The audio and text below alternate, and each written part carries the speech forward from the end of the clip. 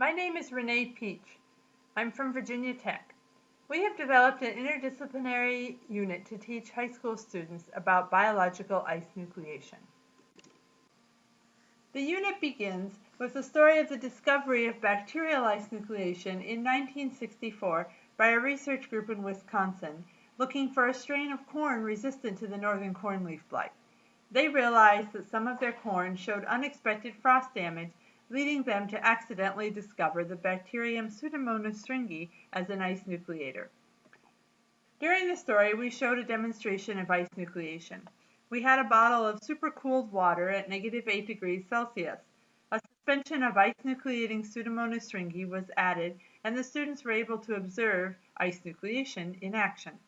This greatly intrigued the students and caught their attention for the rest of the lesson. We then turned to an experiment phase where students were able to pick 3 out of a choice of 10 different particles that may or may not be ice nucleators. These range from inorganic to organic substances. We then let the students go into the school grounds outside and pick an unknown sample. This picture here shows their samples, and they include dandelions, leaves, and mud. The students then prepared their samples and ran an ice nucleation assay to determine which samples were ice nucleators. The results were then put on an Excel spreadsheet in front of the whole class.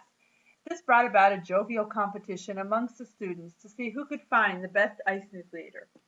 We then moved into an interactive discussion where the students were encouraged to lead the conversation and put together the things that they had learned. One idea that came about was, can bacteria make rain? If there's an ice nucleating bacteria on a plant, it aerosolizes and then ice nucleates and forms clouds. The clouds produce rain, and the rain brings bacteria back to Earth. This is a way that, yes, bacteria can make rain. The students also talked about ethical considerations. If humans were to try to manipulate a cycle such as this, what unintended consequences would need to be considered? This unit was interdisciplinary, and it presented the diversity of organic and inorganic ice nucleators, as well as talking about all the different disciplines that are involved in studying ice nucleation. The students saw that each discipline has a different approach, but all of them are necessary for a full understanding of ice nucleation. We also talked about the different scale that's involved in interdisciplinary ice nucleation, ranging from molecular all the way to global.